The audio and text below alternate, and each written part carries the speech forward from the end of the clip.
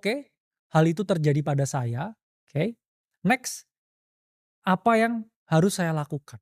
Karena kita ngomongin ya, cara secara spesifik gimana sih caranya peluang ini biar langsung ya bisa saya eksekusi, yang mana awal ini terlihat seperti suatu kekacauan. Pertama, ubah ketakutan menjadi rasa ingin tahu.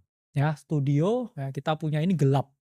Mungkin rasanya ya kalau saya syuting sendiri saya mikir nih, apa itu di sana? Apakah ada makhluk astral ya dan lain sebagainya. Tapi saya nggak tahu ya, saya dihantui atau enggak kalau saya nggak cek ke atas. Ya saya cek ke samping, saya cek lihat, dan saya nyalakan lampunya.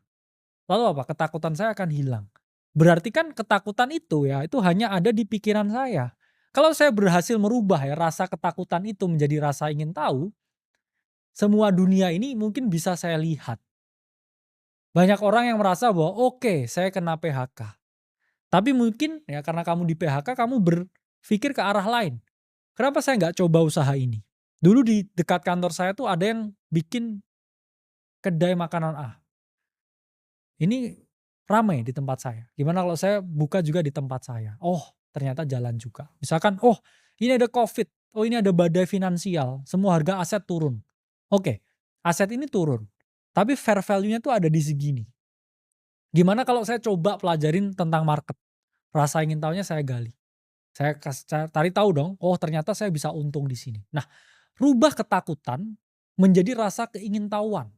Dan ketika kita ingin tahu dan kita jatuh cinta pada hal yang kita ketahui, ya, di situ kita bisa merubah kekacauan ini menjadi suatu peluang, ya. Kita pun juga kemudian melakukan reframing. Oke, dari keadaan ini, ya, kekacauan ini, peluang apa sih, ya, yang bisa saya eksekusi? Sesuatu yang bisa saya kerjakan. Ya contoh ya misalkan, oke ini ada badai PHK ya karena AI, ya saya pun juga jadi korbannya, tapi saya tahu kenapa orang ini bisa tergantikan dengan AI. Oke, saya akan bikin konten, saya akan bikin workshop tentang bagaimana supaya nggak kena PHK karena AI. Karena saya udah kena nih. Gimana supaya ini tidak terjadi pada kalian. Nah, itu adalah cara reframing atas kekacauan yang mungkin ya kalian sendiri alami. Karena biasanya bisnis terbaik itu datang dari kegelisahan. Contoh akademi kripto. Kenapa kita berdua sangat getol ya memberikan edukasi kripto? Karena zaman saya belajar kripto itu nggak ada satu tempat di mana saya bisa dapetin semua modul pembelajaran, komunitas ngomongin kripto, dan juga buku-buku tentang kripto. Nol. Saya belajar sendiri dari sumbernya nggak jelas. Jatuh bangun, gagal, ya naik turun.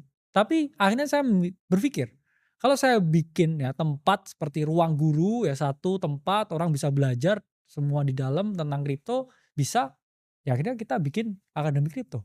Dan kenapa itu berhasil? Karena itu datang dari kegelisahan saya ya ketika saya melakukan reframing dari yang namanya kekacauan ini menjadi suatu peluang.